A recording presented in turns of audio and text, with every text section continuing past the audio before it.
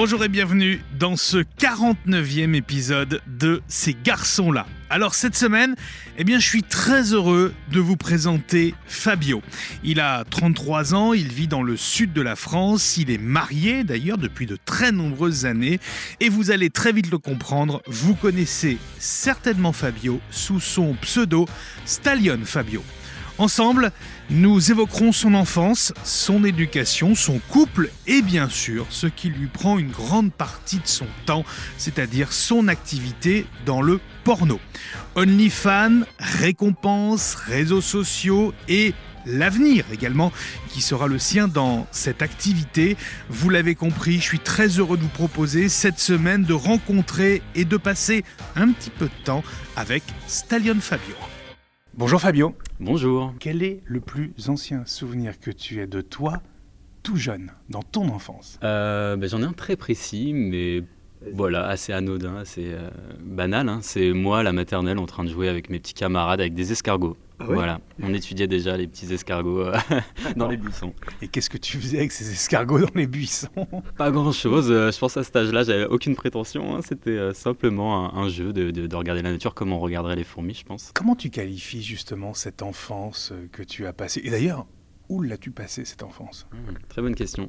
J'ai pas mal voyagé, pas mal déménagé, parce que mon père était dans la gendarmerie, du coup il a eu des mutations, et du coup j'ai grandi en Champagne-Ardenne, à côté de Châlons-sur-Marne à l'époque, maintenant c'est devenu Châlons en Champagne, donc voilà, pas très loin de Reims, dans la Marne. Comment tu vis, toi, à ce jeune âge, ces déménagements, ces changements justement liés au métier de ton papa ? Mais ça a été un peu compliqué parce que voilà, j'ai fait mes 10 premières années de mon enfance dans la Marne et ensuite on est venu en région parisienne, dans l'Essonne, dans le 91 et puis ensuite dans le 77. Et à 10 ans, quand tu perds tous tes repères, tu perds tous tes amis, il faut se reconstruire, tu arrives dans une nouvelle école, tu connais personne, du coup c'est assez compliqué. Et je me rappelle de petits chagrins de séparation, parce qu'à l'époque j'avais une petite amie, ouais, quand on est gamin. Là, dans ces années-là, t'as quel âge et comment tu la qualifies cette enfance ? Plutôt heureuse ? Et comment ils étaient tes parents avec toi ? Plutôt stricts, sévères ? On imagine une éducation de gendarme, alors quelque chose d'un peu strict ou pas du tout au contraire ? Pas tant que ça en fait. Mon père il a fait de la gendarmerie pendant 20 ans, mais il est plus gendarme. Il est plus gendarme exactement parce que justement je pense qu'il n'avait pas cette envie d'évoluer dans ce domaine-là. Au bout d'un moment il en a eu ras-le-bol. Et c'est pour ça qu'on est venu en région parisienne. Mais mes parents étaient plutôt protecteurs avec moi. Je suis issu d'une petite fratrie, j'ai un frère seulement. D'accord. Du coup ils avaient le temps de s'occuper de nous. Ma mère était en plus... nourrice agréée, du coup elle travaille à la maison, moi je l'avais pour moi, elle venait me chercher à l'école, donc j'étais un peu le fils à maman, dans les jupons de maman. Et j'ai plein de souvenirs en famille, quoi. Tous les week-ends on allait chez les grands-parents, on était assez soudés au niveau de la famille, avec les cousins, cousines, les oncles, les tantes. On sent beaucoup de tendresse dans cette cellule familiale, dans cette enfance du tout jeune Fabio. Ouais, tout à fait. J'ai pas de mauvais souvenirs. Je pense que j'ai une éducation, comme je disais, mon père n'était pas forcément le plus strict. On a l'image du gendarme un peu dur, mais non, c'était un papa poule avec moi. Et ma mère, c'est souvent la maman qui fait l'éducation. Donc je pense que c'était elle la plus, la plus stricte, ouais, mais quand il fallait, je pense à juste titre. Quand on se chamaillait avec mon frère, quand c'était nécessaire. Et justement, tu parles de chamaillerie. Il était comment alors, le tout jeune Fabio ? Il était plutôt turbulent, plutôt très calme et solidaire. Il était comment ? Alors tu l'as bien dit, plutôt très calme, plutôt rêveur, plutôt dans son monde, dans son coin. J'ai toujours été à jouer, à me créer des histoires dans ma tête. J'étais le petit garçon qui allait jouer dehors, dans les arbres, dans la nature, dans les herbes, et qui découvrait le monde. J'ai plein de souvenirs comme ça, comme si je partais à l'aventure. Bon, c'était jamais très loin, c'était autour de la brigade, on disait, la gendarmerie. Mais plein de souvenirs comme ça, de parcourir la nature et de m'évader un petit peu dans ma tête. Ouais. Tu dis j'étais rêveur. C'était quoi tes rêves à l'époque ? Waouh, mes rêves. Une envie de voyager déjà, je pense, un sentiment de voir plus de liberté, de sortir un petit peu de ma petite ville, parce que j'étais dans une petite ville, j'ai oublié de le dire, c'était pas Châlons même, c'était vraiment un petit village. Et envie d'un peu plus de grandeur, de voyage, de découverte. Et d'un point de vue métier, je voulais être dessinateur pour les dessins animés Walt Disney. Attention, c'est très précis. Ah ouais. Je pense que c'est de regarder les dessins animés à la télé. On a envie de faire la même chose. J'aimais beaucoup le dessin, donc j'ai dessiné un petit peu. J'avais acheté plein de bouquins, apprendre à dessiner. Bon, c'était une lubie, ça m'a passé. Mais t'es plus fan de Walt Disney maintenant? Ah si, j'ai toujours un goût pour les Disney. Ouais, c'est vrai que maintenant c'est plus du dessin animé d'animation. Ouais. Ça a évolué, mais c'est joli aussi et il y en a des très bons. Ça fait partie des choses que tu aurais pu faire si tu n'avais pas fait le métier que tu exerces actuellement? Oh, ça aurait pu, oui, c'est vrai que j'ai même pris des cours de dessin, Ah ouais. mais je pense que c'est resté une passion, c'est resté voilà, un passe-temps, mais j'en ai pas fait mon métier, quoi. J'avais plein de choses. Ensuite, j'ai voulu être professeur d'anglais, ouais, parce que j'adore les langues étrangères, mais ça c'était un peu plus tard. Et entre les deux, je pense que j'avais l'envie d'être présentateur. Bon, alors c'était assez vague, assez vaste. Télé, ouais, plutôt télé, et puis ensuite radio. C'est quelque chose qui m'aurait plu aussi. Donc on peut dire que tu as eu une belle enfance, une enfance très heureuse alors. Ouais, et en même temps, il y avait quand même au fond de moi une petite particularité, c'est que je me sentais déjà différent. Ah ouais. C'est que je savais, À quel âge tu t'es senti différent, Fabio?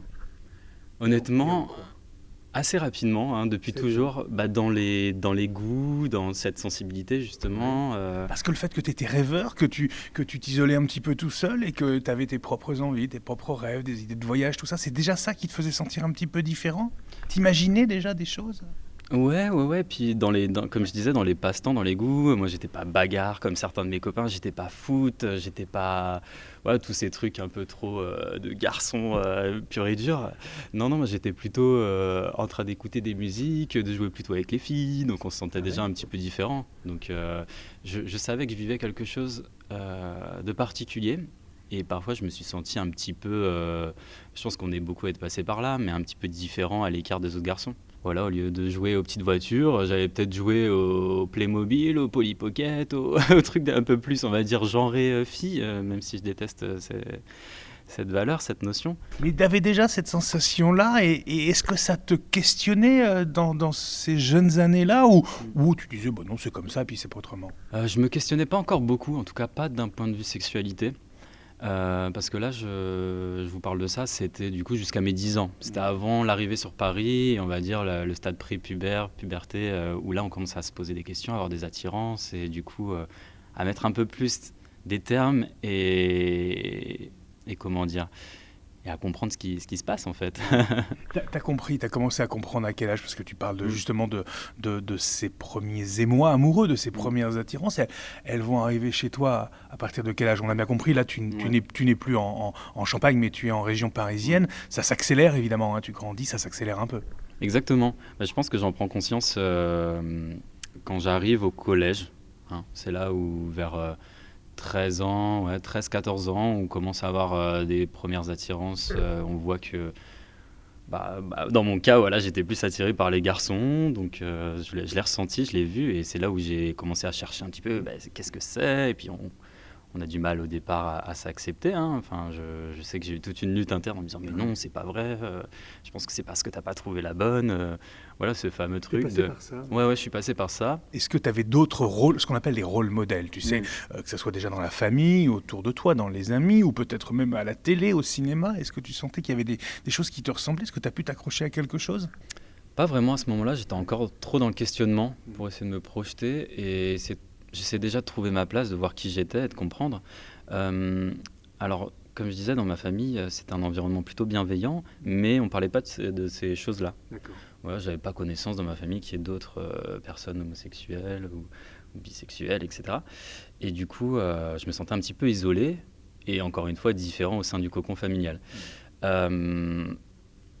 Donc, comme j'ai dit, j'ai essayé de chercher un petit peu, c'était les débuts d'Internet. Donc, on avait l'époque du modem 56K où on était limité en temps, on se partageait les heures avec mon frère. Tu as grandi dans les années 90 toi-même, tu sais. Le petit modem qui faisait toute une époque. Du coup, c'était la découverte d'Internet et je pense que ça a été aussi une chance de grandir à cette époque-là et d'avoir accès à toute cette information. Donc, je pense que j'ai eu mes premiers émois sur sur des sites internet, même de rencontres, hein, de trouver d'autres garçons comme moi. Voilà. Tu trouves des réponses à tes questionnements justement là sur internet? Oui, en tout cas, je me sens moins seul, je me sens moins isolé. Je vois que ce que je traverse, beaucoup d'autres garçons le traversent. Et,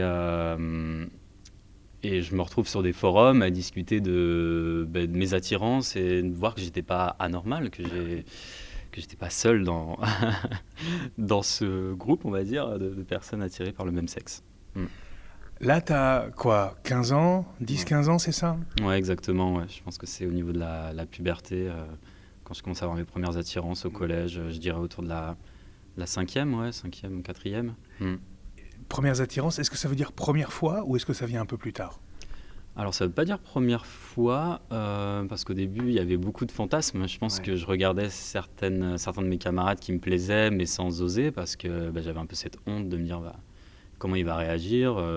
J'ai jamais déclaré mes sentiments. C'est souvent les gens qui venaient vers moi pour me dire ah, je te trouve mignon, machin.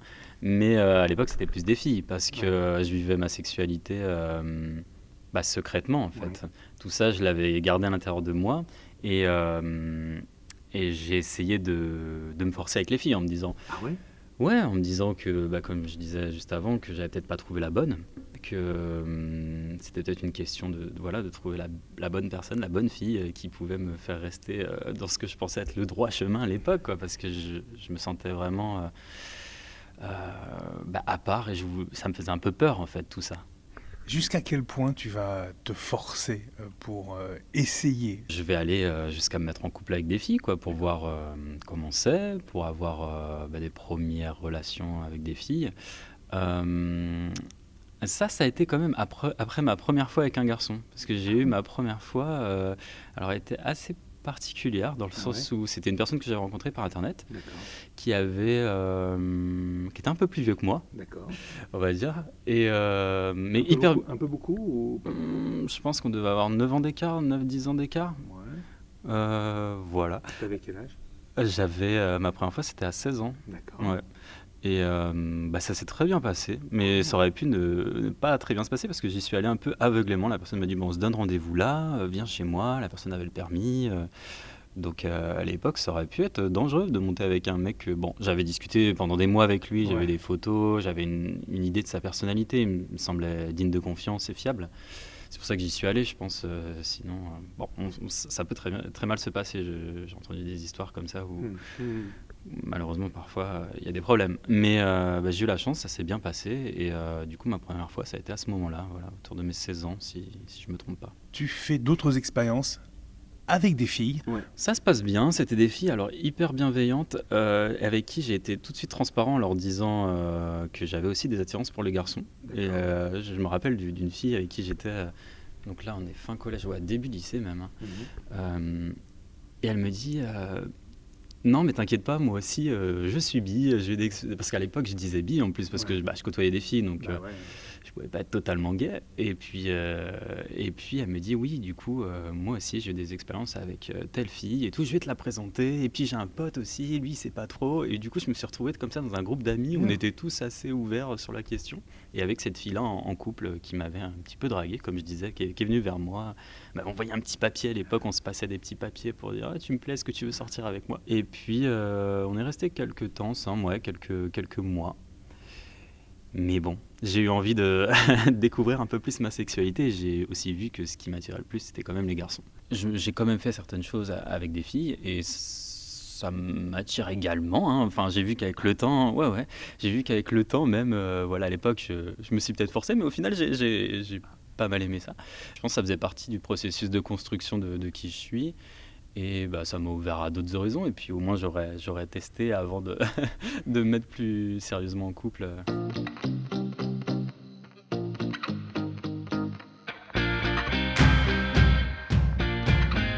On va revenir sur un moment important, c'est le coming out. Une fois que tout ceci est accepté, clair dans ta tête, il faut ou pas l'annoncer. D'ailleurs, est-ce que c'est selon toi important, utile, nécessaire, obligatoire de faire un coming out? C'est une bonne question. Alors oui, je pense que c'est important pour être bien dans sa tête, pour être bien avec la personne qu'on est, pour ne pas pas vivre une fausse vie sans assumer qui on est. Moi, ça m'a aidé, ça a été un soulagement, un poids en moins. Je me rappelle, mes parents, voilà, quand je suis arrivé en région parisienne, ils m'ont senti contrarié, ils m'ont senti pas bien dans ma peau. Et à l'époque, quand j'ai rencontré mon copain, donc c'était juste après cette fille, hein, j'avais pareil 16 ans, c'était à la fin de mes 16 ans. Je venais d'avoir une petite relation avec un garçon qui habitait pas très loin, qui habitait peut-être à 20-30 km. D'accord. Mais j'avais pas le permis à l'époque et du coup ça me paraissait le bout du monde et ça a été une relation un peu à distance, on s'est vu 3-4 fois et, euh, et en même temps j'ai rencontré mon copain et du coup j'ai eu ces sentiments qui se sont mélangés. Je suis amoureux du premier mais le deuxième me plaît aussi, je commence à avoir des sentiments et du coup mes parents m'ont senti contrarié, j'étais triste, j'avais plus faim, voilà, je me suis laissé emporté par le chagrin d'amour, voilà, qui va choisir entre les deux.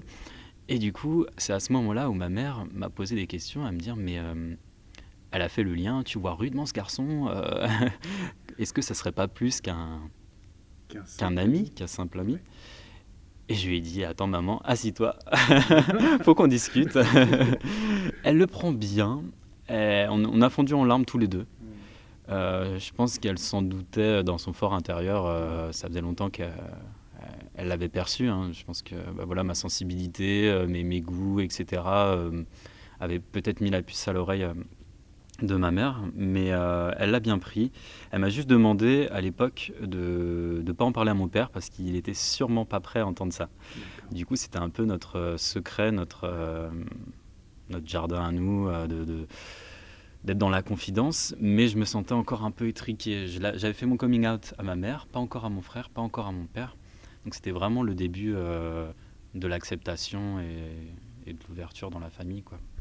Est-ce que tu sais pourquoi, à l'époque, selon ta maman, ton père n'était pas encore prêt à l'entendre? Est-ce que tu as une explication maintenant, avec le recul, sur ça? J'ai l'impression que c'est toujours un peu plus compliqué pour les hommes de l'accepter parce qu'ils sont touchés dans leur virilité. C'est quelque chose dans le monde hétérosexuel, voilà, encore moqué, hein, malheureusement trop souvent moqué. Et ça a été, je pense, la raison pour laquelle ma mère a souhaité que je le garde pour moi, parce que voilà, on a l'impression que c'est plus difficile pour les papas d'accepter que leur fils puisse être avec un autre garçon. Je sais pas, voilà, je pense que j'étais plus proche de ma mère, donc ça s'est fait comme ça. Mais au final, mon père, voilà, c'était beaucoup d'appréhension pour pas grand-chose, parce que mon père, quelques mois après, m'emmenant encore à la gare pour aller voir mon copain, m'a dit à peu près la même chose, que c'était bizarre que j'aille souvent voir cette personne. Et du coup, cette fois-ci, je lui ai dit, papa, garde-toi sur le côté, faut qu'on discute. Et puis, en fait, je m'étais fait toute une montagne de pas grand-chose, parce que mon père a bien réagi. Bon, bien sûr, j'ai eu droit aux questions, mais t'as déjà essayé avec les filles, t'as peut-être pas trouvé la bonne, ce que les papas essayent de... Et puis t'as pensé, du coup ça veut dire que t'auras pas d'enfant, et puis du coup ça rajoute un poids sur les épaules, t'es là, t'es déjà content d'avoir fait ton coming out accepté, mais bon. Et du coup à l'époque je disais, ah, mais en plus je leur disais pour faire passer la pilule un peu plus facilement, que je suis bi, j'ai quand même essayé avec les filles, mais voilà, là je suis attiré par un garçon, et ce qui fait de moi, voilà, peut-être que je suis bisexuel, mais j'aurais pas dit catégoriquement pardon, que j'étais gay, quoi. Peut-être que je l'étais pas, peut-être que j'étais un peu bi et que je sais pas. Et que ça a évolué avec le temps. Exactement. En tout cas, ça se passe bien avec ta famille, si je peux le résumer comme ça. Ouais, j'ai eu de la chance parce que j'avais beaucoup de peur. Moi, je suis d'origine italienne, du coup, on a pas mal de... on a les clichés sur les Italiens, un peu macho, voilà. C'est vrai ou pas? Alors, c'est vrai du côté, oui, de mes grands-parents maternels. Les deux sont d'origine italienne. De mon côté, de mon papa, c'est sicilien et Émile-Romagne, et du côté de ma maman, des Abruzzes. Et mon grand-père maternel, c'est celui peut-être qui a eu le plus de mal à l'accepter. Quand je lui ai dit, ça a cassé quelque chose au départ, et il a refusé que mon copain vienne chez eux, quoi, chez mes grands-parents. Donc ça a été dur un peu pour lui parce que voilà, c'est notre époque, hein, d'autres mœurs. Le côté, on n'a pas de ça chez nous, dans la famille. Voilà, les valeurs un peu Je dirais même pas chrétienne parce que mes grands-parents n'étaient pas forcément hyper pratiquants, mais voilà, c'est l'époque qui faisait que c'était quelque chose de pas toléré. Et mon grand-père a évolué avec le temps. Ouais, petit à petit, il s'est ouvert. Alors, bon, là, on est un peu plus tard. Quand j'ai fait mon mariage avec mon copain, il était invité, bien sûr, et il a refusé de venir.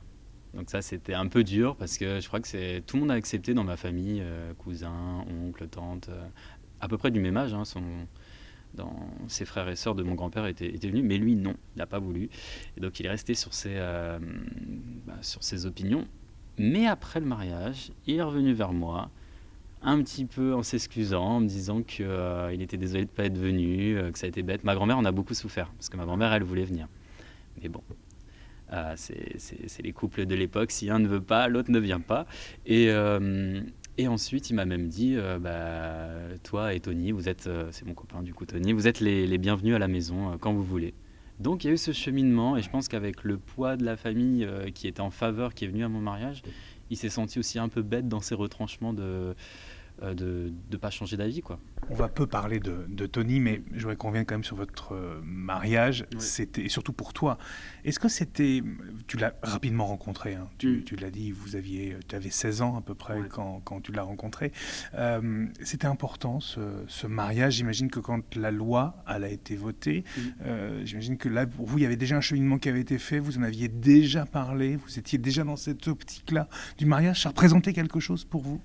Alors oui, il y avait eu le Pacs juste avant, hein, qui était déjà en place, mais on voulait, nous, on s'était dit, mais pourquoi on n'a pas droit au mariage ? Nous, on veut un mariage comme les autres et on va attendre que ça arrive. Et quand c'est arrivé, ouais, ça a été un soulagement parce qu'on en avait déjà un petit peu, on y avait réfléchi. Et on a été, pas dans les premiers, hein, parce que je crois que ça faisait déjà 1 an. Moi, je me suis marié en 2016, mai 2016. Du coup, je crois que la loi est passée en 2015, quelque chose comme ça. Mais on voulait faire un mariage comme les autres, comme les hétéros entre guillemets. Il n'y avait pas de raison. Du coup, on a fait ça en grande pompe, un peu, dans la famille. Alors lui est d'origine portugaise, moi italienne, et du coup le mariage c'est quand même une institution. Ouais, c'est quelque chose d'important. Donc on a fait ça avec beaucoup d'invités, vraiment de manière traditionnelle. On avait loué une belle salle qu'on a décorée. Bon, bien sûr, il n'y avait pas l'église, mais il y a eu la mairie, il y a eu le choix des chansons, il y a eu l'ouverture de bal, il y a eu vraiment la pièce montée, enfin tout ce qui fait un mariage qu'on connaît, quoi. Et si vous aviez eu la possibilité justement de l'église, vous l'auriez fait, le mariage à l'église ? Dans la symbolique, oui, je pense. Moi, c'est quelque chose que j'aurais beaucoup aimé. On s'était renseigné pour une cérémonie païenne. Voilà, quelque chose de pas forcément religieux, mais plus spirituel. D'ailleurs, moi, je suis baptisé, mais je suis pas forcément pratiquant. Et par contre, je suis spirituel. Je suis quelqu'un qui se pose beaucoup de questions sur l'univers, est-ce qu'il y a un Dieu créateur ? Est-ce qu'on n'est pas seul dans l'univers ? Voilà, c'est ce genre de questions qui font la religion. Mais les dogmes, vraiment, le poids de la religion, on voit où ça peut mener des guerres, etc. Donc, non, je ne suis pas trop pratiquant religieux, mais par contre très spirituel. Et du coup, j'aurais aimé quand même faire une cérémonie un peu, un peu moins civile de la mairie, mais un truc un peu plus sur le plan spirituel. Il représente quoi pour vous deux, ce mariage ? Alors on voulait prouver à notre entourage qu'on était un couple digne des autres, enfin qu'on pouvait se marier comme les hétéros. Ça a été une manière un peu de montrer aux proches que notre couple, notre relation était aussi importante, aussi louable que n'importe quelle relation, et de montrer qu'on était comme tout le monde. Et on a fait ça pour nos 10 ans. Donc ça a été aussi une symbolique de se dire, voilà, ça fait 10 ans qu'on est ensemble, on va se marier et on va officialiser ça. Et c'était vraiment dans l'évolution du couple, je trouve, un passage qui nous tenait à cœur. Donc un des premiers passages, on a fait les choses très progressivement. Avec mon copain, on vivait chacun de notre côté, on se fréquentait. Ensuite, on a pris un appartement en bas de chez ses parents, ils avaient un sous-sol aménagé. Ensuite, on a pris notre premier appartement dans le 91 à Juvisy, pour ceux qui connaissent, et puis on s'est mariés, voilà, et puis on est parti dans le sud ensuite.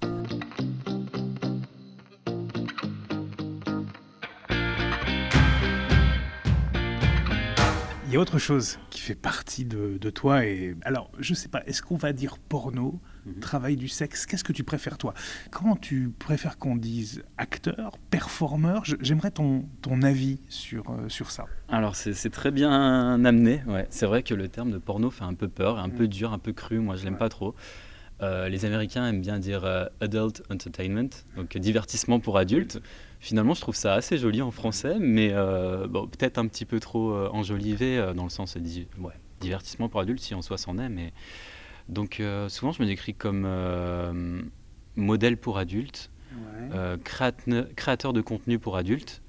Et c'est vrai que travailleur du sexe, ça englobe ces métiers-là. C'est la grande catégorie, on va dire, parce que oui, on va pas se mentir, on travaille dans le sexe. Tu vois, je baisse un peu mon ton, parce que tout de suite c'est un peu tabou. Oui, j'ai travaillé dans le sexe.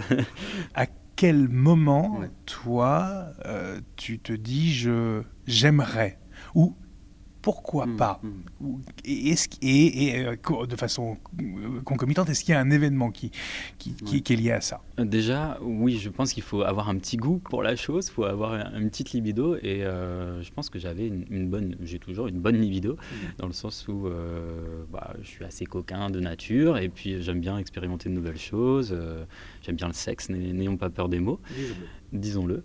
Et alors pour revenir sur la question, oui, comme beaucoup de garçons, même comme beaucoup de filles, hein, on a consommé du porno, j'ai consommé du porno. À partir de quel âge, tu t'en souviens?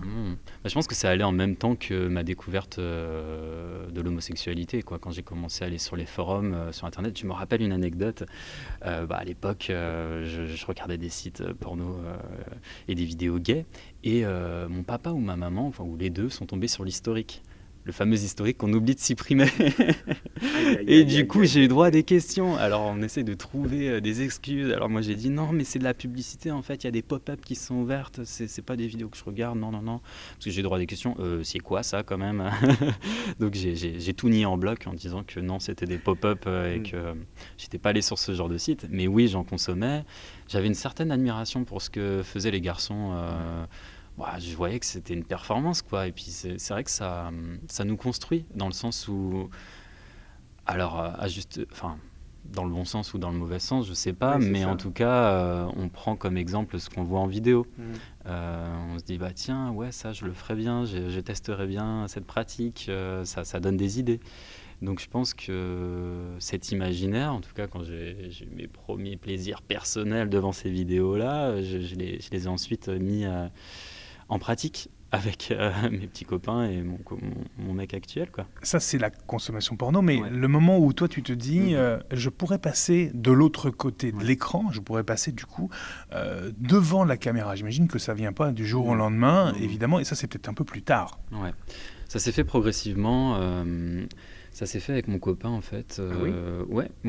Alors, au départ, officieusement, on a fait des petites vidéos entre nous, quoi. Les fameuses petites sextapes, les petites vidéos, les petits sextos qu'on s'envoyait déjà quand on n'était pas ensemble. Quand moi j'étais chez mes parents, on se faisait des petits selfies, les petits, ce qu'on appelle dick pic, hein, c'est classique, hein. Ouais, pour s'exciter, les petits sextos. Et puis ensuite, on a commencé à faire des petites vidéos entre nous, mais vraiment pour nous, quoi. C'était parce que ça nous excitait ensuite de les regarder. Tiens, ça rend bien et tout, cet angle-là. Enfin, on prenait du plaisir à se revoir comme ça. Donc on a commencé avec les premiers téléphones à faire des petites vidéos entre nous, mais vraiment sans prétention, hein. On est là dans le jeu sexuel pour le coup. Exactement.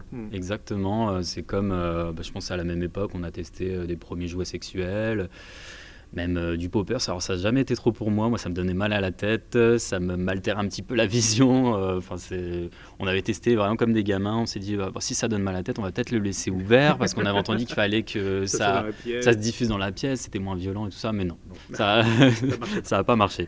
Mais voilà, en même temps qu'on découvrait tous ces petits accessoires, ces petits jouets qui venaient pimenter les ébats sexuels, on s'est filmé aussi pour, on trouvait ça drôle, on trouvait ça, c'était un peu de manière frivole, quoi. On faisait ça comme ça. Et puis, petit à petit, on s'est ouvert dans notre couple. Ça, c'est une question, je pense, qui revient aussi souvent. C'est Bah oui, j'allais te la poser parce que ça veut dire aussi à terme des pratiques avec d'autres partenaires. Exactement. Alors, est-ce qu'il y a d'abord l'ouverture? Est-ce qu'il y a d'abord l'envie vers le travail du sexe? Est-ce que ça va ensemble? Il y a d'abord l'ouverture. D'accord.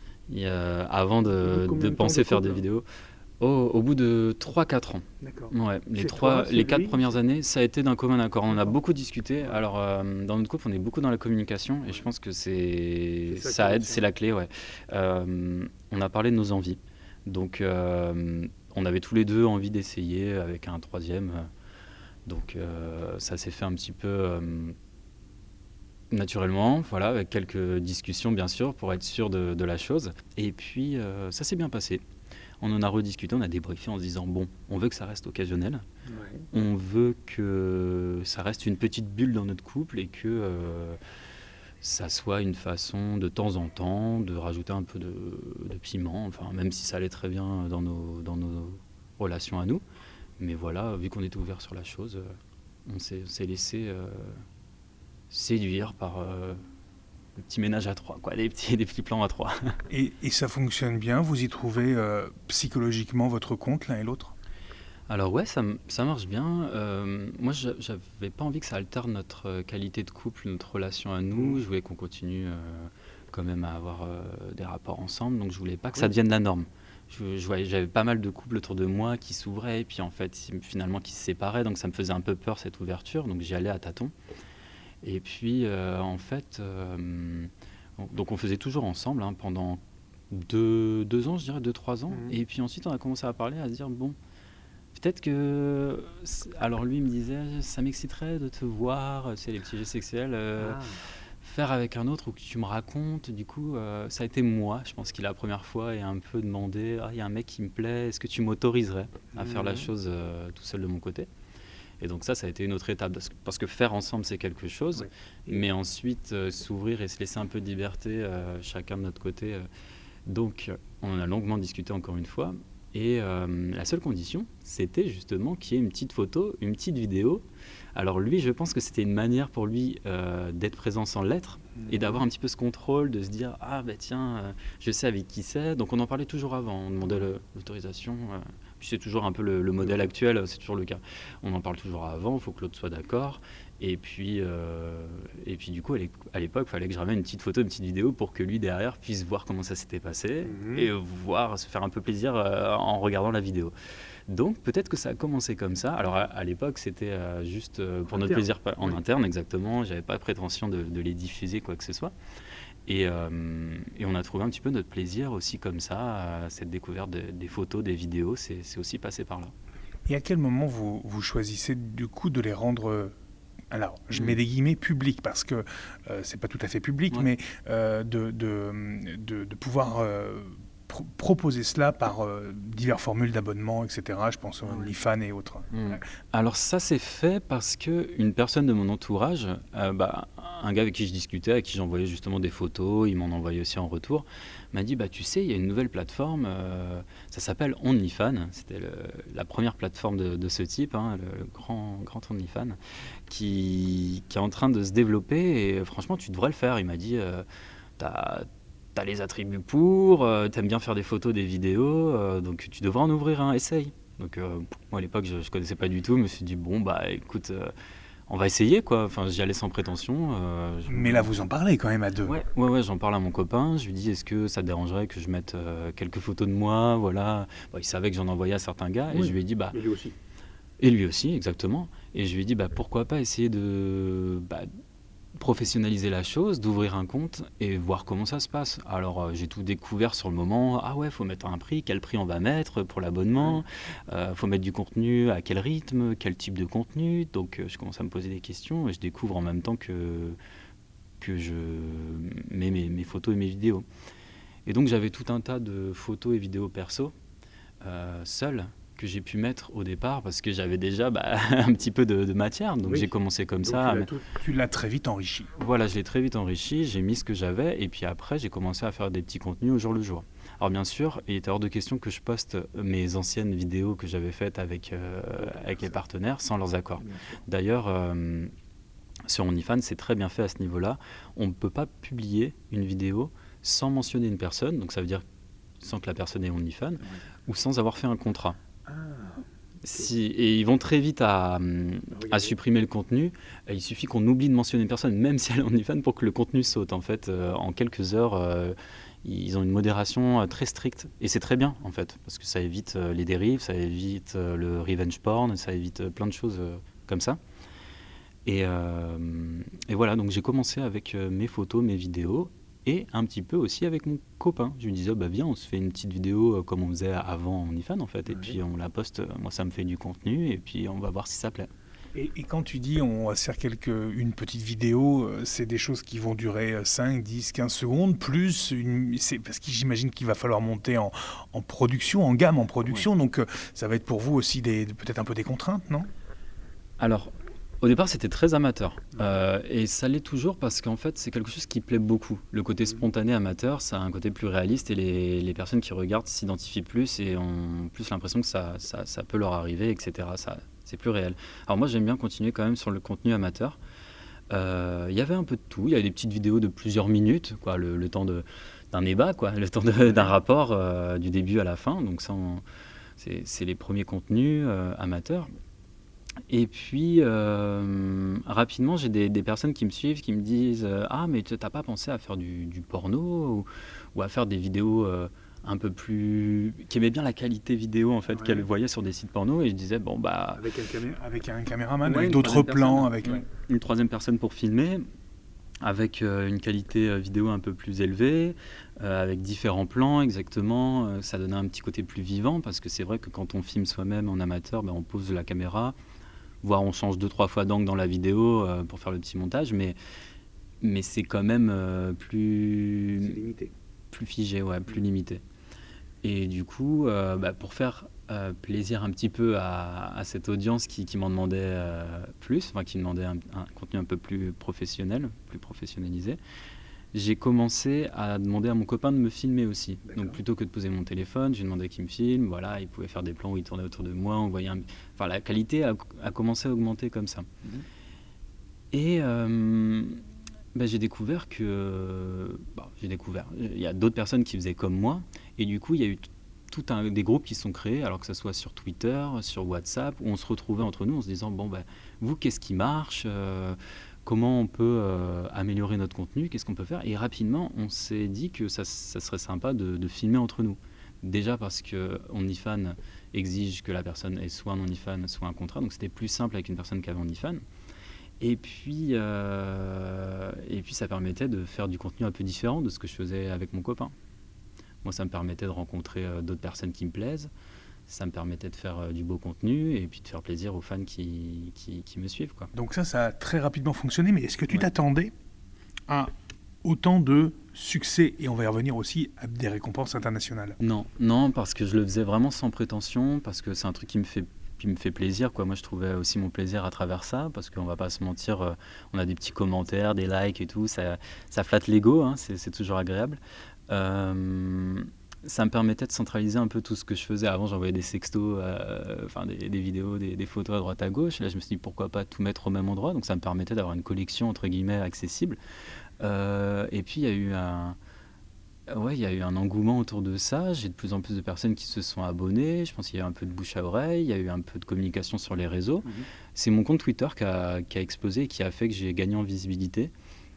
C'est donc grâce à Twitter que tout ça a vraiment explosé. Oui, parce que la particularité d'OnlyFans, c'est qu'on ne peut pas découvrir les profils. Il n'y a pas de moteur de recherche pour découvrir les profils des modèles. Il faut se promouvoir sur les réseaux sociaux. Et du coup, j'ai commencé à publier des petits teasers sur Twitter, des petites photos pour montrer un petit peu. Mais sans en montrer trop, parce que sinon, quel intérêt d'aller sur OnlyFans si tout est déjà disponible. Du coup, c'était un petit peu pour attiser et donner envie aux personnes qui me suivaient d'en voir un peu plus. Et j'ai des contenus comme ça qui ont super bien marché, qui ont été retweetés, partagés, et qui ont fait un petit peu ma notoriété. Et ça a commencé à prendre de l'ampleur. Il n'y avait plus seulement que des Français, mais il y a aussi pas mal d'étrangers qui commençaient à me suivre et qui se sont abonnés à mon OnlyFans. Et j'ai toujours pensé à ça, déjà parce que j'aimais bien les langues étrangères, mais aussi parce que je me suis dit que c'était une manière de toucher plus de monde, de faire mes posts en anglais. De faire mes posts à la fois en anglais et en français. Parce que voilà, l'anglais c'est la langue du travail et que ça permet même à un espagnol, un italien qui voudrait me suivre de comprendre peut-être un peu plus facilement que le français ce qui accompagne mes vidéos, mes photos. Parce que souvent je mets un petit texte explicatif, un petit texte qui excite un petit peu autour, donc c'est toujours sympa de pouvoir le comprendre. Et du coup, il y a eu cette dimension un peu plus internationale. J'ai eu des Anglais, des Américains, des Allemands, des Italiens, enfin, jusqu'au bout du monde, des Japonais, des Indiens qui me suivent et qui m'écrivent. Ça fait plaisir, ça. Ça fait plaisir. J'ai été le premier surpris. C'est vrai que je ne m'attendais pas à ça. Comment tu l'expliques alors là, on ne va même pas dire engouement, on va dire le succès.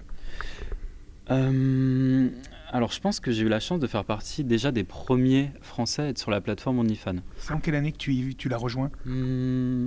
Ça fait 3 ans, je dirais, du coup, 2019. Ouais, 2019. Et au départ, on n'était pas beaucoup à être sur la plateforme. Du coup, c'était difficile de trouver d'autres Français qui fassent la même chose, même d'un point de vue création d'entreprise, parce que rapidement, je me suis dit, il va falloir officialiser la chose et trouver le bon statut. Alors, c'est comme un youtubeur ou un influenceur, c'est des nouveaux métiers, difficile de le classer, difficile de trouver de l'info sur quel statut prendre. Donc, j'ai dû créer mon entreprise, enfin en tout cas d'abord être auto-entrepreneur, parce que il fallait que je déclare ce que je gagne, parce que j'ai commencé à avoir un petit peu d'argent qui rentrait sur mon compte bancaire, donc voilà, il fallait être en règle, exactement.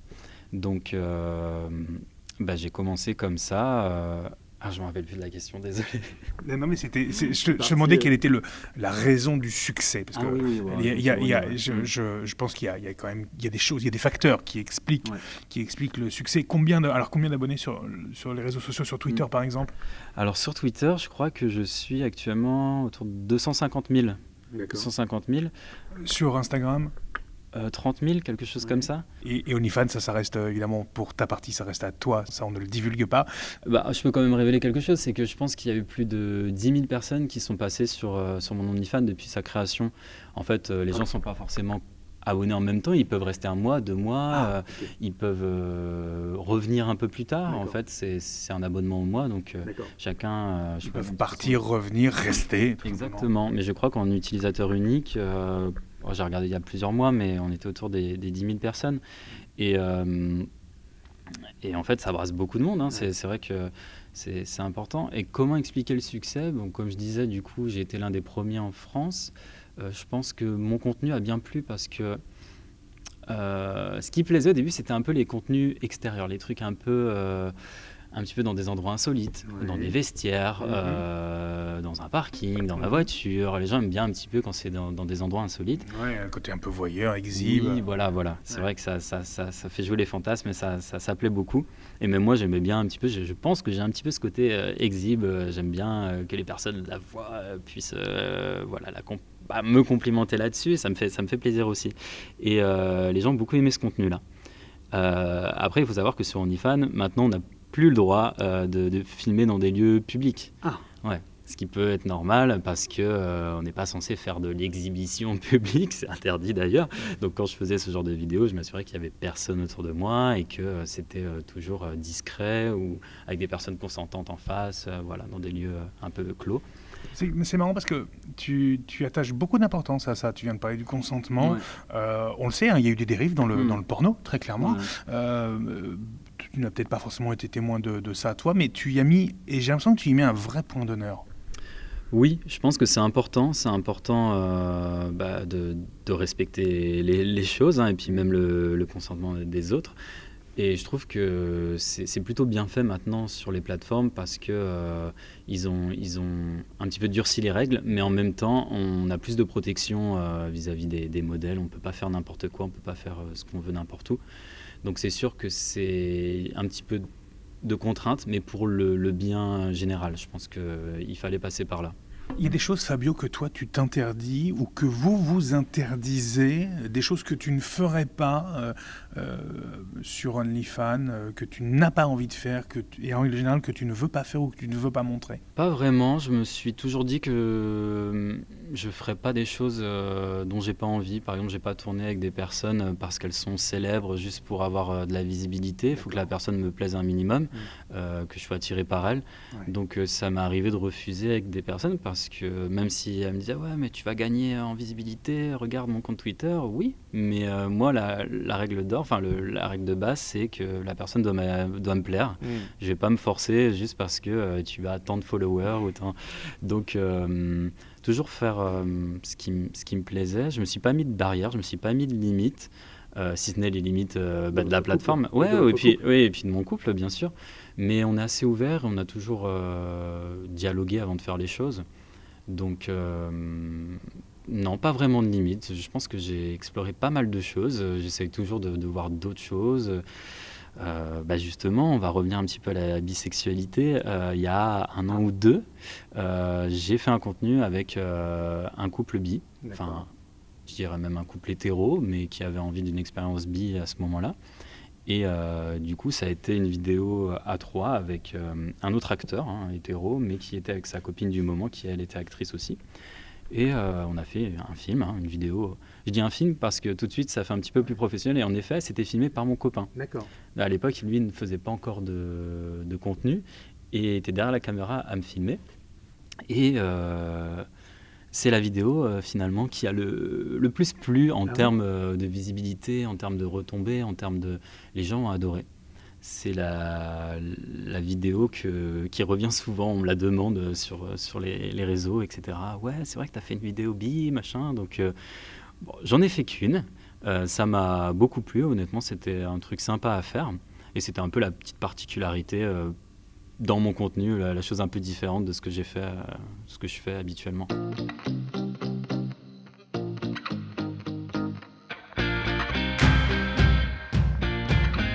Ton pseudo, il te protège, il est là pour aussi te protéger, c'est aussi une carte de visite, très, très clairement. Comment tu le choisis? Parce que j'imagine qu'à un moment donné, la question se pose. Oui, c'est vrai. Ça a été un débat intérieur pendant quelques jours, quelques semaines. Quand on se lance, on veut trouver un pseudo. Comme on sait, les acteurs ont tous des pseudos plus ou moins différents. Alors moi, je voulais un truc un peu déjà international, donc je me suis dit, il faut de l'anglais dedans. Oui. Et puis je voulais aussi un truc qui rappelle mes origines méditerranéennes et italiennes. Du coup, je me suis dit, il faut un truc qui finisse par un O qui sonne un peu italien, donc pourquoi pas Fabio, j'aimais beaucoup ce prénom. Souvent les acteurs porno, c'est souvent des prénoms comme ça, consonance latine, en tout cas en Europe, on aime bien le côté sex bomb, sex latine, latine lover. Du coup, je suis parti, c'est pour ça que j'ai choisi Fabio. Et puis Stallion, c'était pour le côté du coup anglais international. Ça veut dire étalon. Je pense que ça met un peu la puce à l'oreille. Je pense que j'ai voulu aussi mettre en avant mes atouts. Et du coup, Stallion Fabio, c'était un mélange de ces deux choses-là. Alors, on va revenir aussi sur cette carrière. Elle démarre très vite et elle est récompensée très récemment par un prix international en Espagne, je crois, c'est ça? Oui, c'est ça, ouais. C'est vrai qu'en Espagne, ils sont, j'ai l'impression, un peu plus ouverts, un peu plus en avance. Il y a beaucoup de villes très gay-friendly en plus. Vous connaissez tous Torremolinos, Sitges, Maspalomas. Enfin, ils ont quand même une culture gay, LGBT très, très ouverte et un petit peu plus ancienne ou bien mieux implantée, plus acceptée, je sais pas. Il y a peut-être encore des choses à faire en France, certainement même. Et du coup, ils ont organisé... la cérémonie des Grammys Awards, qui à la base est une cérémonie américaine, qui a commencé en Europe, qui s'est exportée en Europe il y a 2 ans, je crois. La première a été virtuelle à cause du Covid, et la deuxième a été à Torremolinos. Et j'ai été nommé dans plusieurs catégories. Et récompensé. Et récompensé. Alors c'est là où c'est un problème intéressant, c'est parce que c'est devenu réel pour moi. C'est devenu réel. J'y allais encore une fois cette cérémonie un peu j'ai l'impression d'être un imposteur parce que un imposteur dans le sens où... Mais je suis pas de ce milieu-là, je n'ai rien à voir avec vous. C'est ça en fait, vu que j'ai commencé sur OnlyFans et pas par le porno directement, le porno classique, je me sentais aussi différent par rapport à certains qui étaient là et que je trouvais peut-être plus légitimes ou que j'avais déjà vu moi dans des vidéos. Je pense à des personnes comme Alan King, qui est l'un des premiers acteurs porno gays européens. Après, moi, j'avais Sir Peter, qui était aussi une grande star peut-être un peu plus récente, mais... Et j'étais dans ce monde-là, dans ce milieu-là, là, entouré de tous ces grands acteurs que moi j'avais regardés, que j'avais suivis, et je faisais partie un petit peu de ce milieu. Et les gens venaient me voir en me disant « Ah, mais c'est toi, Stellan Fabio !» Ces grands acteurs-là, officiels, qui eux faisaient du porno. Et il y avait plusieurs catégories, dont une catégorie, un prix, qui était le meilleur site fan, performeur fan de l'année. Et c'était typiquement, ça visait les catégories de personnes qui font du contenu sur les plateformes OnlyFans, Just for Fun, Top for Fun, Mime, etc. Toutes ces plateformes. Et j'étais nominé dans cette catégorie-là et 6 autres au final. Mais c'est vraiment le prix que j'espérais. Si je pouvais en avoir un, je me disais, bon, c'est vrai que j'ai beaucoup donné sur ma plateforme, c'est ce que je fais vivre. Et c'était un peu, c'est mes premiers amours. Avant de faire du porno, ça a été mon contenu sur cette plateforme-là. Et 2-3 ans de travail, on va dire. Et quand j'ai reçu le prix, ça a été la consécration, quoi. Je m'y attendais vraiment pas du tout parce qu'il y avait en face des concurrents ou d'autres acteurs. J'aime pas dire des concurrents parce que je trouve qu'on fait partie d'une même communauté. C'est un peu plus des collègues de travail qu'autre chose. Voilà. Et j'étais super heureux et super surpris. Et voilà, je me suis senti présent. Et puis du coup, d'un coup... digne et je sais pas comment dire, ça y est, je faisais partie du milieu, j'ai eu la récompense qui illustre le fruit, enfin qui récompense le fruit de plusieurs années de travail et je me suis senti légitime, enfin, je me suis dit bon, ça y est, t'es dedans, t'as une récompense, ce que tu fais, c'est pro, c'est récompensé par un jury de professionnels aussi. Il y avait les votes du public, on va dire, mais il y avait aussi le jury et je pense que le jury y a été pour une grosse partie. Et voilà, quoi, on y était.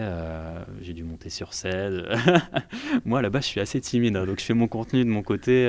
Donc, faut pas être timide pour faire ce que tu fais. Non, et d'un autre côté, on est derrière les caméras, on est quand même dans des lieux clos. Il n'y a pas forcément tout de suite du public. Alors ensuite, on m'a demandé de faire des shows, des trucs comme ça, avec plus de monde autour. T'acceptes ça? J'en ai fait quelques-uns, ouais. Alors j'ai envie, moi j'aime bien de me lancer des défis et pousser mes limites. Du coup, j'en ai fait des live shows sexe en fait. Alors c'est différent quand même parce que là on a le regard des autres tout de suite. Alors c'est facile derrière sa caméra, derrière son ordinateur et de faire son contenu en one-to-one. Mais là quand tu as du monde qui te regarde, qui attend un show, qui attend une performance, c'est autre chose. C'est d'autres compétences et c'est d'autres qualités qu'il faut avoir, je pense. Et ça se travaille. Ouais. Moi je l'ai fait un peu par hasard parce que Ça s'est bien passé? Ça s'est bien passé, ouais, très bien passé. C'était sur Montpellier dans un sauna, je peux faire un peu de pub, qui s'appelle le Concept Sauna. C'est un petit sauna à Montpellier, le plus connu, il n'y en a pas 30 000, mais ils m'ont donné l'opportunité de faire un show. C'était pour remplacer en fait un couple. Alors il y en avait un des deux qui n'avait pas pu venir, qui était malade, c'est un couple portugais. Et du coup, l'un des deux, enfin les deux sont mes amis, et l'un des deux se retrouvait tout seul. Moi j'ai dit bon, je peux pas te laisser seul, je vais te dépanner. Et le sauna m'a dit écoute, tu nous arrangerais, en plus t'es connu en France, fais le truc.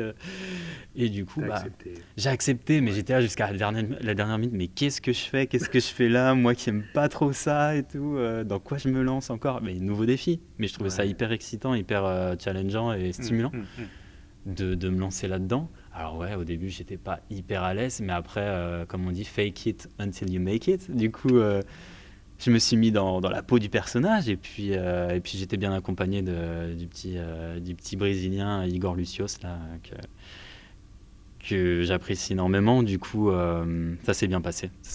J'ai eu des bons retours. Le sauna était super content et puis moi derrière, content d'avoir fait ça, quoi. Et sortir de OnlyFans et partir vers des studios classiques. Il y a des productions en France, il y en a 3, 4 un peu plus connues. Est-ce que tu as été, toi, contacté T'acceptes, tu refuses comment ça se passe? Alors oui, j'ai été contacté, encore une fois, sur Twitter. D'accord. Par rapport à ma visibilité sur Twitter, il y a des producteurs qui ont commencé à s'intéresser à moi. Ils voyaient que j'avais un OnlyFans, ils voyaient que je faisais des vidéos. Donc j'ai été contacté assez rapidement par des grosses productions, même International d'abord, enfin les étrangères d'abord. J'ai eu Tim Thales, dire les deux. Lucas Entertainment, dans des grosses prods. Men.com, c'est les plus connus. Staxus, non Non, j'ai Falcon aussi, Falcon Studio. Ouais. Mais en fait, à l'époque, je me sentais pas encore légitime. J'étais là, waouh, commencer direct dans ces grosses prods.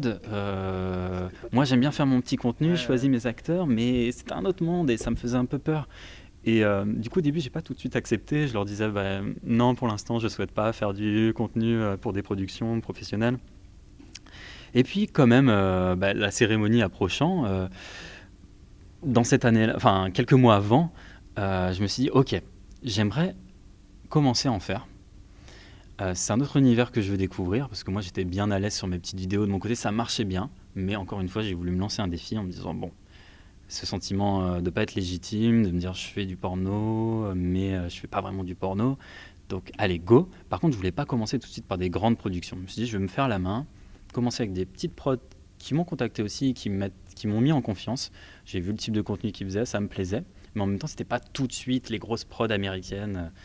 Du coup, j'ai commencé pour une petite production, une petite, sa petite notoriété quand même, qui s'appelle Fuckermate. Fuckermate, malgré son nom, est une production espagnole basée à Barcelone, qui m'a contacté et qui m'a dit, écoute, ton profil nous intéresse.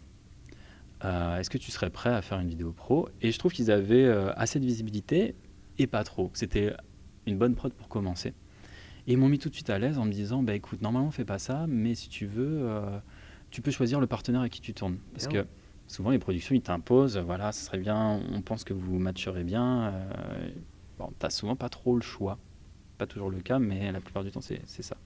Et donc, eux m'ont laissé le choix. Je leur ai donné un petit peu le type de garçon que j'aimais bien, mon style, machin. Ils m'ont dit, bon, vas-y, propose-nous des noms de personnes avec qui on a déjà tourné. Et ils m'ont trouvé un partenaire, enfin même 2 partenaires, parce que souvent, ils nous font venir sur Barcelone, nous les acteurs, pour 2-3 tournages. Parce que pour eux, c'est plus rentable généralement de regrouper, parce qu'ils payent, c'est des prestations, ce qu'on appelle VHR, où tu as le voyage exactement. Tu as tout compris, hôtel, transport, etc. Moi, ça m'arrangeait aussi que ça soit à Barcelone, parce que étant du sud de Montpellier, c'est très rapide d'aller à Barcelone. On a un train, c'est même plus rapide que pour venir à Paris. On a à peu près le même temps en fait. C'est 3 heures, 3h30. Du coup, j'aime beaucoup Barcelone, j'avais déjà voyagé là-bas. Je me dis, c'est l'occasion d'y aller, et puis en même temps de faire ces fameuses vidéos. Donc j'y suis allé avec plein de peur, d'appréhension, et puis ils m'ont mis à l'aise en fait. J'ai vu que c'était une petite équipe, c'est un couple, je crois qu'ils sont mariés d'ailleurs, je sais plus, en tout cas ils vivent ensemble, et qui font leur petit film, et qui font ça bien, et qui m'ont mis à l'aise avec une petite équipe. Donc alors là ça devenait pro, il y avait un caméraman, un photographe, un responsable de la lumière, donc il y a une petite équipe autour quand même. Et j'ai découvert comment ça se passait. Du coup, on te dit... je voudrais une scène comme ça, enfin une idée générale de la scène, on t'explique, et puis on te dit, alors tu vas me faire une position comme ça, alors souvent ils disent 2 rimming, 2 sucking, 1 fucking, et une dernière, voilà. Ils te disent un petit peu les... Tu nous traduis ça ? Ah oui, tu me fais, le baiser grec, je crois que c'est le terme de baiser grec, tu me fais une fellation, tu nous fais 2 positions de sodomie, et puis voilà, après tu es libre de faire la transition que tu veux et tout ça. Donc après, chaque prod est différente, eux c'est leur façon de faire. Ils veulent une trame, on va dire un plan de film, mais après tu es assez libre de tenter des trucs, quoi. Et ils aiment bien ça, même quand ça devient naturel, ils te laissent faire les choses. Donc des envies d'autres productions maintenant que celle-ci est tentée, tu as envie d'aller plus loin, tu te vois peut-être à l'international, tu as eu d'autres propositions peut-être même entre-temps ? Ouais, ça a été le cas en fait, ça m'a ouvert, donc j'ai retourné 2-3 fois pour eux, et ensuite je me suis dit, en France on en a aussi, pourquoi aller chercher à l'étranger, et puis j'avais la chance d'avoir le producteur de Menoboy, et qui m'a contacté aussi. On s'est retrouvés à discuter. Il m'a dit, mais j'ai vu ce que tu fais. Moi j'ai un petit peu arrêté les productions. Il a eu une petite période où il a arrêté les productions de creux, mais c'était un choix, il avait envie de se détacher un peu de ça. Et puis il revenait, il m'a dit, là je vais relancer les prods. Est-ce que tu accepterais de tourner pour moi ? On peut prévoir 2-3 films. Et c'est ce qui s'est passé. Du coup j'ai tourné sur Montpellier. J'ai tourné deux superbes scènes. Je dis super parce que je trouve maison, qu'il m'a mis à l'aise en fait. Ludo, il est très pro, il est tout seul avec sa caméra, il fait le montage, il fait la captation, voilà, il fait tout. Et adorable. Franchement, ça s'est super bien passé. Le choix des partenaires, pareil, génial. Il m'a mis en confiance et je regrette pas. Donc c'est encore une fois une plus petite production que les grandes qui m'ont contacté, mais j'avais envie parce que j'étais en confiance. Souvent ça a été un choix de cœur. Voilà, l'Espagne avec Fucker Mate, ça a été une production qui m'a attiré, ils m'ont mis à l'aise. Ludovic avec pareil sa production Menoboy, c'est le cas. Et après j'ai fait d'autres prods, mais je veux que ça reste occasionnel. D'accord.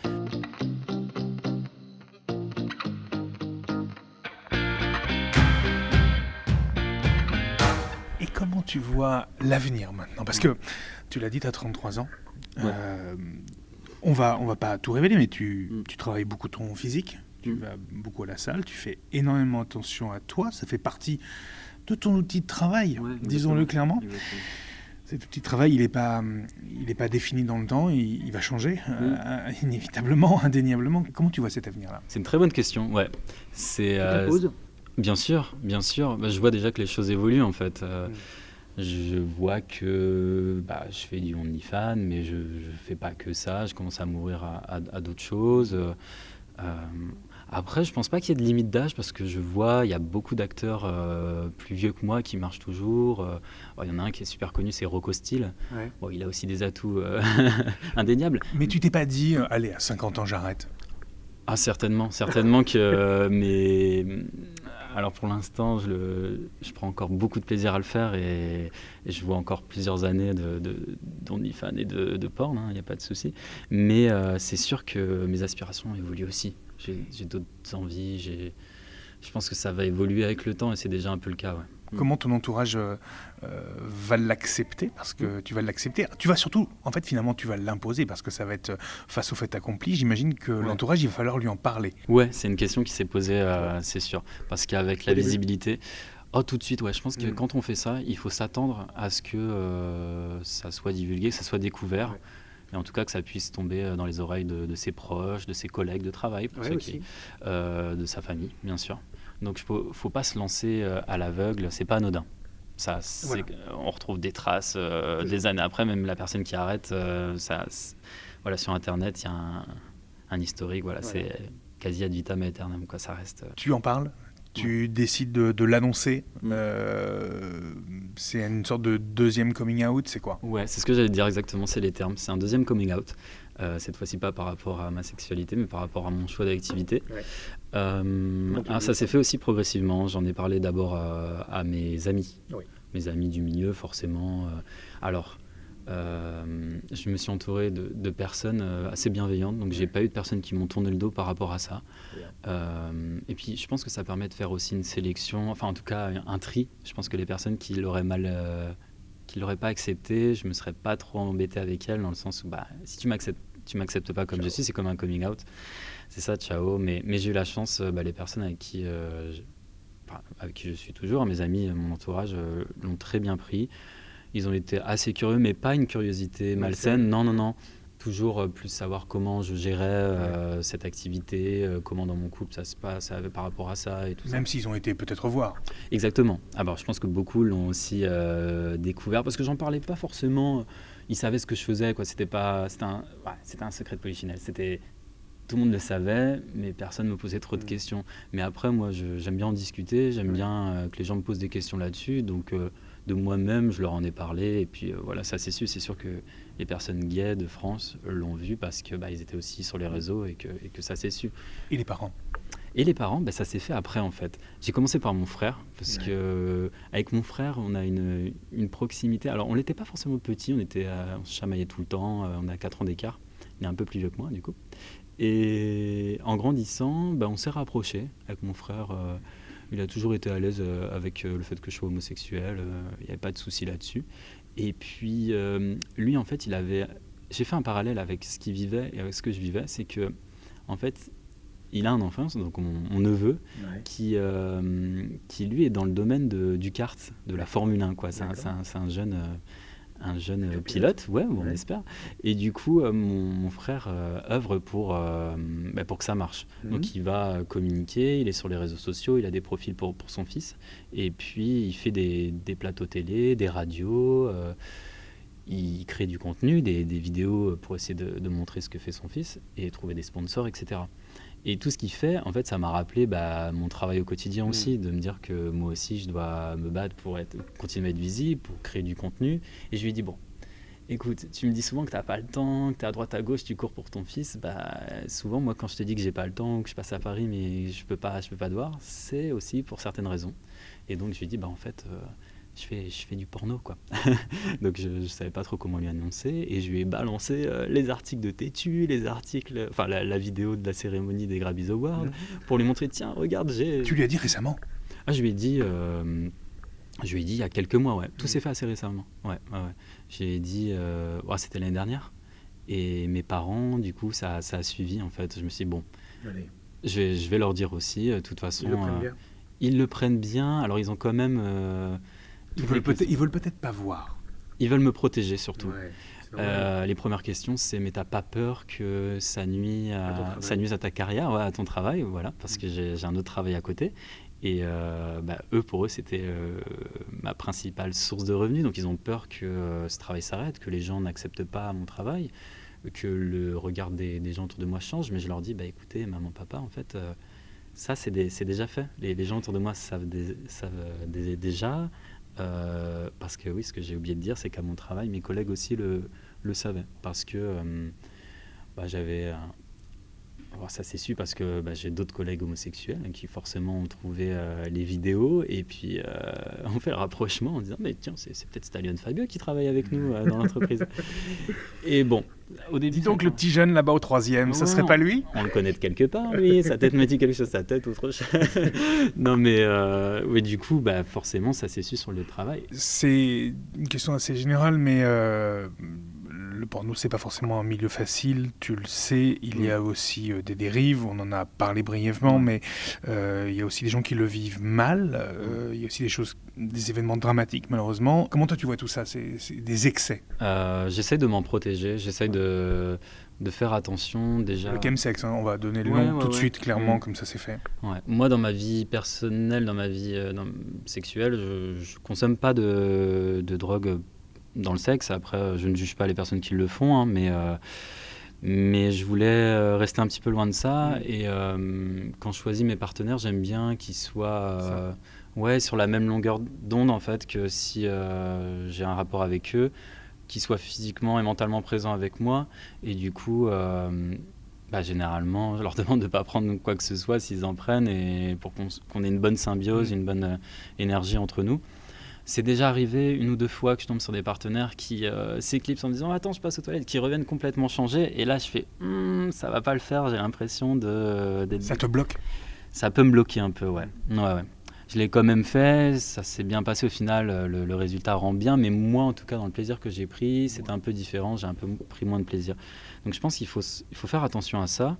Ça serait mentir que dire qu'il n'y a pas de chemsex dans le porn, il y en a aussi. Par contre, dans les productions, on nous demande toujours de venir, alors déjà avec des tests, des dépistages qui soient tous négatifs. Ouais. Donc voilà, d'avoir fait Tu prends la PrEP?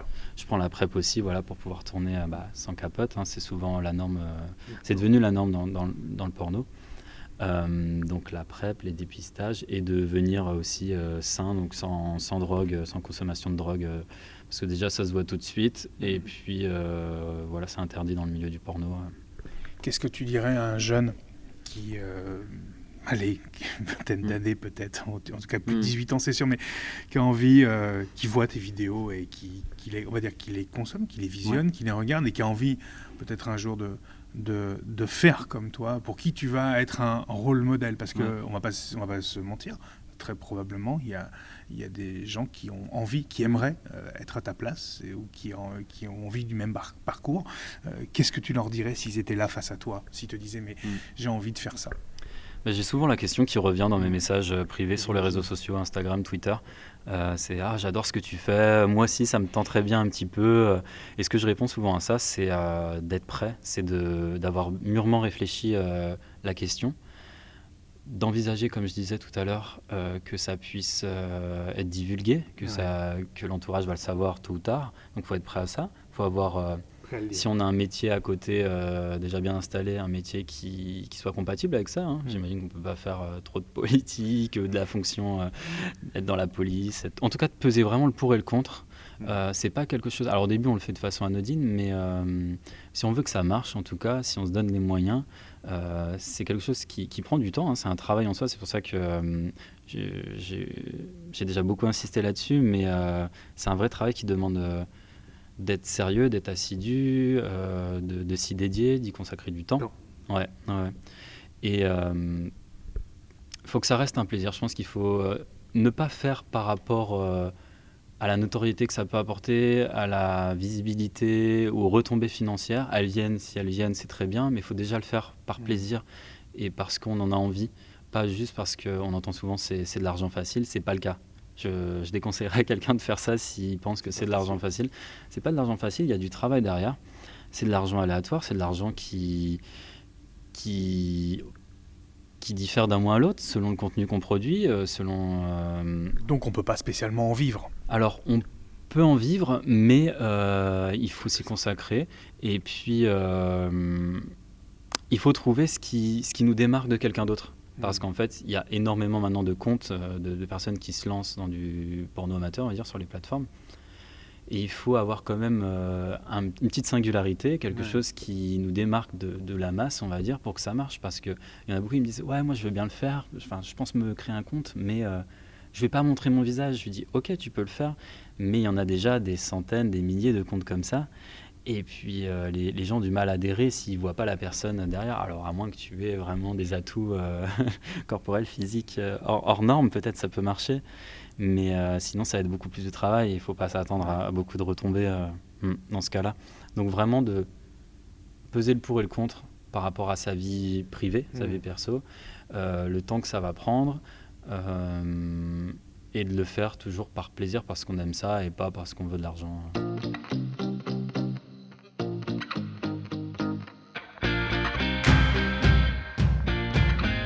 Tu connais le principe de ce podcast, c'est le mot de la fin, et c'est à toi. Je pense que la sexualité est un domaine assez vaste. L'univers du porno en fait partie. C'est un peu le divertissement de la sexualité. Et il y a encore beaucoup de chemin à parcourir pour que ça soit un domaine reconnu, un domaine accepté. En France, parce que c'est ce que je connais, mais à l'étranger aussi, j'imagine. Du coup, je suis vraiment content de contribuer à mon petit niveau à faire évoluer les choses, les mentalités.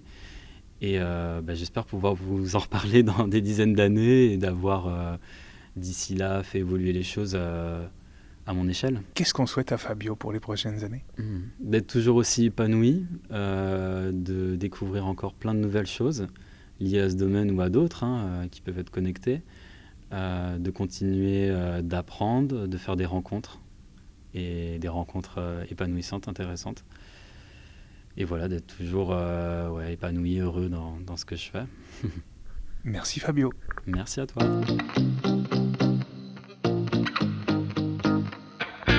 Voilà, c'est tout pour ce 49e épisode de Ces garçons-là. Merci à Fabio pour ce temps passé ensemble. Merci pour sa sincérité, sa patience, sa gentillesse, mais aussi pour la transparence qu'il a accepté de faire sur sa vie personnelle, privée et familiale, mais aussi sur son métier et, comme lui, j'insiste sur cet aspect très professionnel.